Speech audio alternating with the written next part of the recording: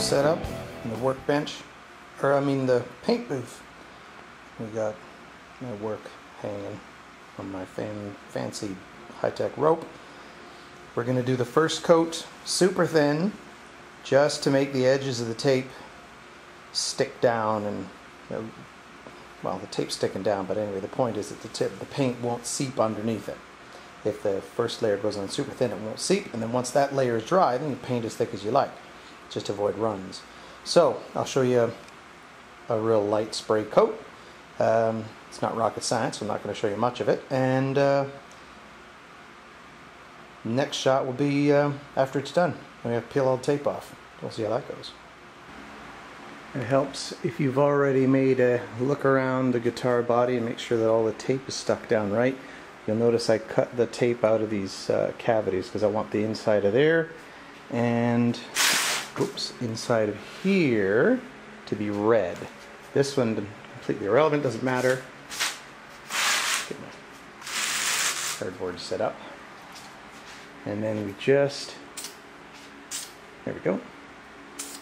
Whoops, even that's a little heavier than I want.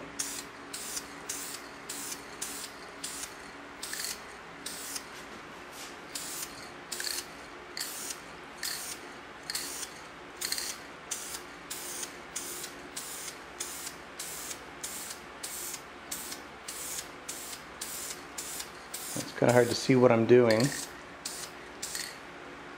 and look through the viewfinder. So, put the camera down, I'll finish this up, and we'll see what we get. This is a couple of coats, the red coat, the last coat being the heaviest, and this went on more the way I'm expecting spray paint to go on, where you don't have to lightly spray so many times. However, the last, well, the white stuff, I don't remember it doing this. That's all over the floor and driveway there. So the white stuff left sort of residue that I had to sweep up, and it swept up easily. This red on the driveway better sweep up nicely, or I'm in trouble. Anyway, get this downstairs and get the tape off, and we'll see if we get any lines or if the white paint comes up. Hopefully not, because that was the foundation coat. It's kind of important that that works out. We'll see. Just wanted to show you another aspect of this. That's the floor sweepings.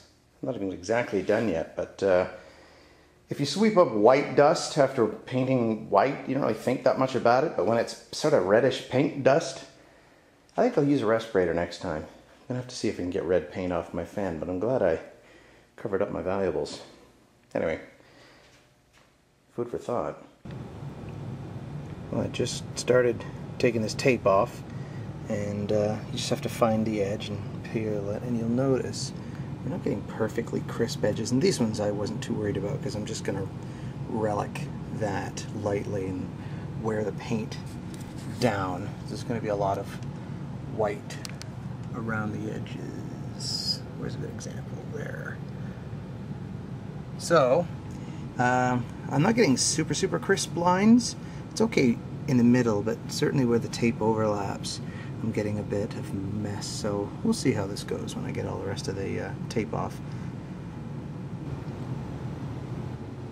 A couple of handy things about this sort of work. One, I don't really worry about putting a freshly painted thing directly down on my workbench because I'm going to relic it anyway, so I don't really care about the scratches. But in this case, this particular tape and paint job case, the side stripe, I maybe went with a thicker stripe than I needed to, but you know, I only got 2 thicknesses of tape.